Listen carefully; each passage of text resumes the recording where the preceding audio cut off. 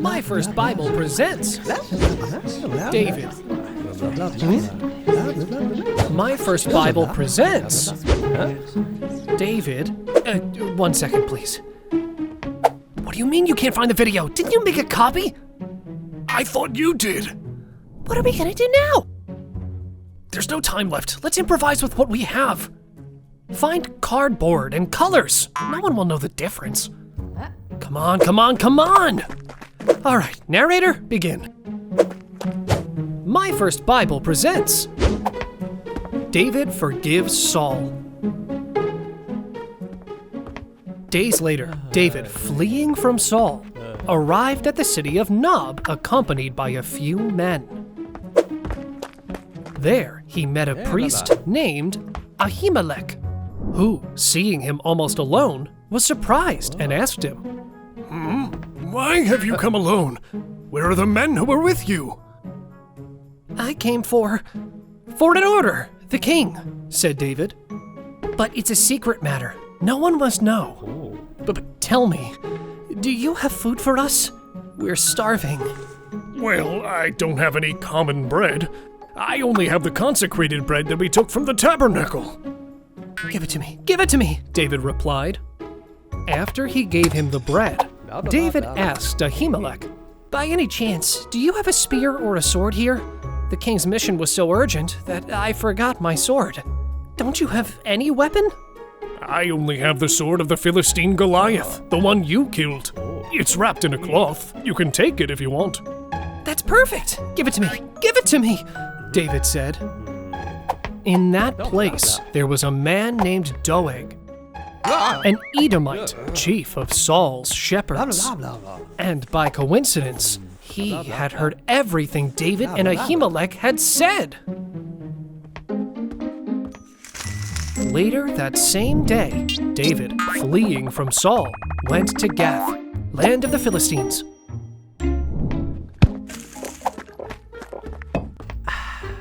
While he was there, the king's officers in Gath saw him and whispered among themselves.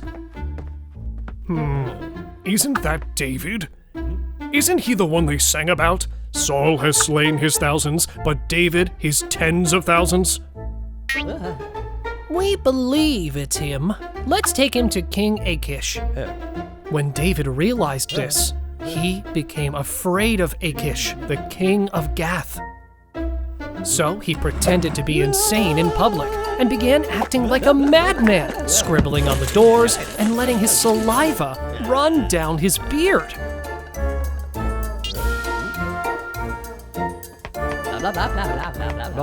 When they brought him before King Achish, he said, Why did you bring this madman to me?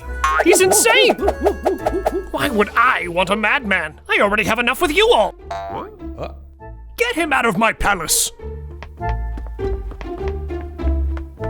So David left that place and fled to the cave of Adullam. When his brothers and all his father's household heard of it, they went down to meet him. Many others also joined him, those in distress, in debt, or discontented. Thus, a group of 400 men gathered, led by David. Then he went to Mizpah in Moab.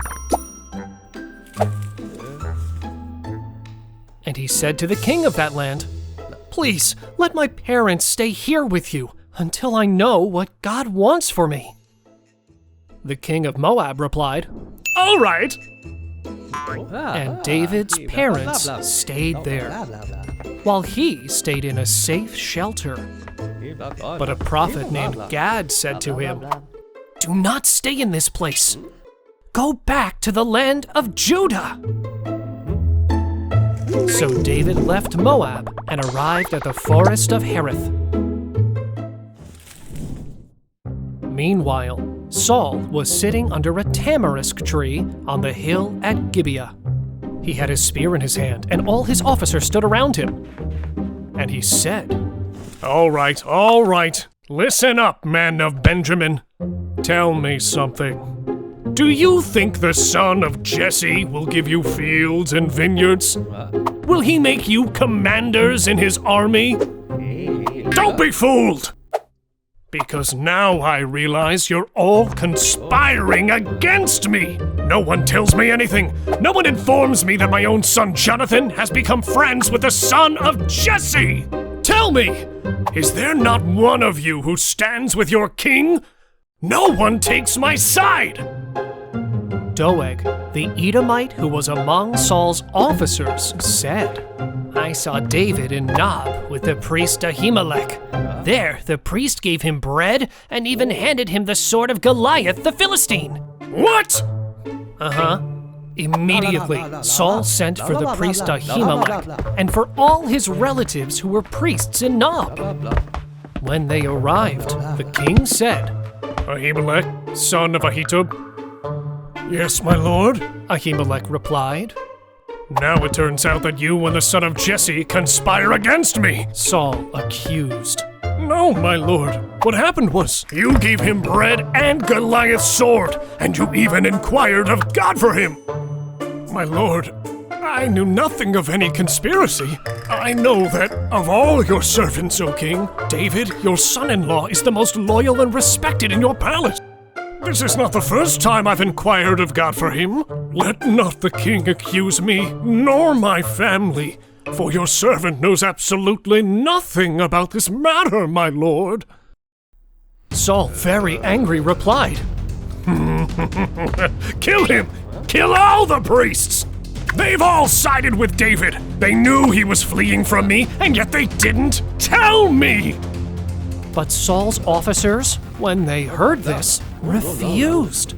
They didn't dare raise their hands against the Lord's priests. Then Saul ordered Doeg. You, Doeg! You kill them! Then Doeg, the Edomite, turned on them and killed them. He then went to Nob, the town of the priests, and struck down with the sword all their families and animals. Oh my gosh! However, a son of Ahimelech named Abiathar escaped and took the priestly ephod with him. Abiathar fled until he found David. He told him that Saul had killed the Lord's priests. And David replied, I am responsible for the death of your relatives. But don't be afraid, stay with me. You'll be safe here. The one who wants to kill you also seeks to destroy me. Later on, the Philistines attacked a city called Keilah. David wanted to help that city, so he asked God if he should fight or not. God confirmed that he should go, and David, with his men, attacked the Philistines and rescued the city's inhabitants. After this, David sensed that the people of Keilah might hand him over to Saul. So he asked the Lord, will the people of Keilah hand me over to Saul? And the Lord answered yes. So David left that place with all his men and went to the desert of Ziph. Jonathan, son of Saul, went to see David and encouraged him to keep trusting God. Don't be afraid. God is with you. You will be king of Israel, and I will be second in command. Even my father knows this. Then the two renewed their covenant of friendship before the Lord, promising to protect each other. Afterward, Jonathan returned home, and David stayed there. Sometime later, Saul found out where David was and went after him with a large army. When David heard of it, he fled with his men. But the king was already very close to him. Saul advanced on one side of the mountain, while David went along the other side, trying to escape as fast as he could with his men. They were just about to catch him when suddenly a messenger arrived and said to Saul, My king, hurry! Philistines are attacking the land! So he stopped chasing David and went back to fight the Philistines. Whew, I'm safe. David left that place. He left and hid in the desert of En-Gedi. Good news, guys! We recovered the last part of the video! Finally, it's about time. Quick, play it!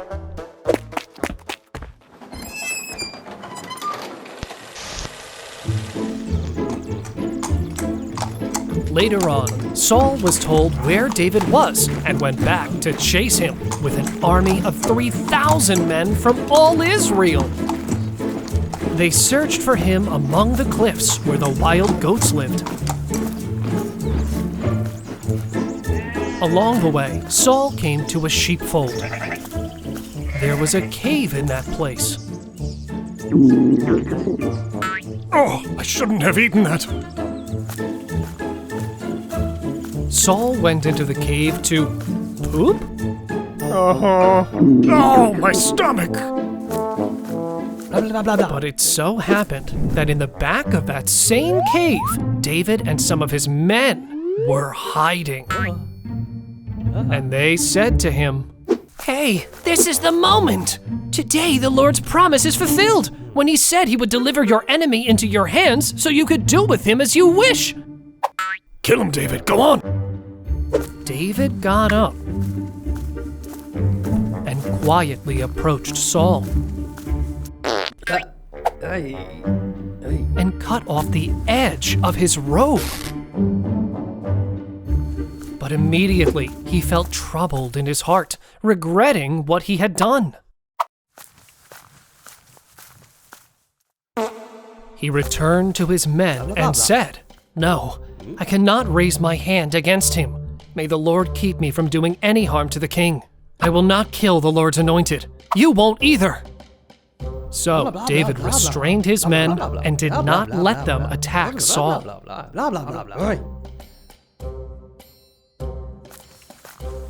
When Saul left the cave to continue on his way, David followed and shouted, "Your Majesty, my Lord!"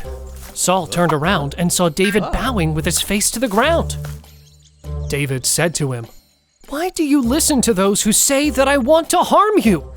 Today, in this very cave, the Lord delivered you into my hands, but I didn't kill you. Even my men urged me to do it, but I told them I would not touch the Lord's anointed. My father, look closely at what I have in my hand. It's a piece of your robe that I cut off."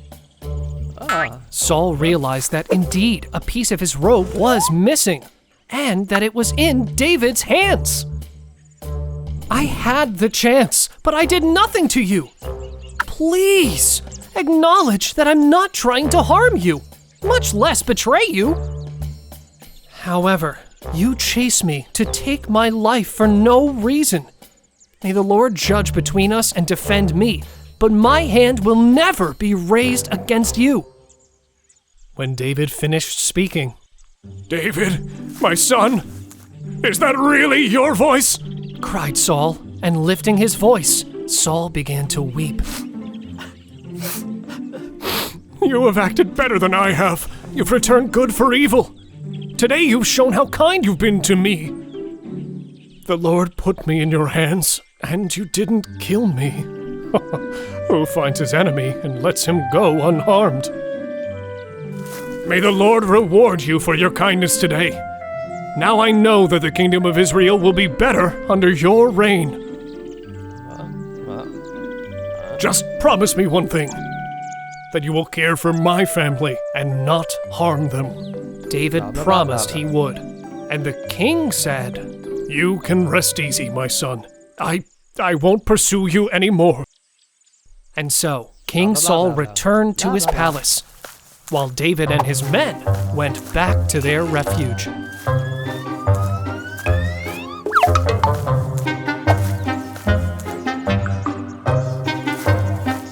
Wow, that David is such a good guy. But you? Are you that kind too? Be kind to the channel, subscribe, and hit the like button. Come on, do it! And write something in the comments, anything. What you liked most, or what you learned. And for those who can, follow us on our social media. Yeah, that's right.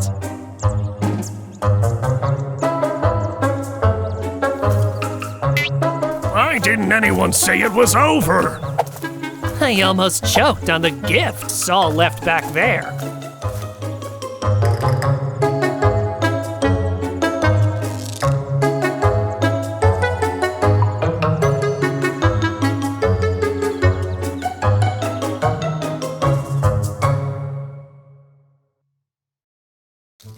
Hey! Like in every video, it's time to say hi to our friends who commented on our posts. If you want a shout out in the next video, follow us and comment on our latest post on social media, Instagram and YouTube. But before we start, huge thanks to all our Oh My Gosh members! Alright, today's shoutouts go to Bumpin' the G. Thank you very much for your super thanks. Rolina. Maureen Marian Katuk from Indonesia. Son of Ender Gameplay and Anima. Clarice. Smyrna 7607. Mrs. Red Riddle. Unforgettable. Prince Gabrielle 03Q. McLeaps from South Africa. Ashley Ashira from Philippines. Shane, Adara, and Liesel from Trinidad. Josiah, Lois, and Johannes from the United States of America. Francis family in Jamaica. Ked, Helen, St. Louis. Janelle, Uriah, Josiah, Messiah, and Zechariah. Sharon, Michael, and also Margaret, Joshua, Joel, Karis, Sophia, David, Emmanuel, and Gabriel. Shalom, Aiden, Ariel, Alonzo, Azariah, Abraham, and Azriela from New Mexico. Zach and Zeke from Jacksonville, Florida. Nubari and Leela from Thunder Bay, Canada. Diana Osarioki. Rain in College. Janika. Wide Led About My Loves. Janny B. Carter. Lego Bible Adventures.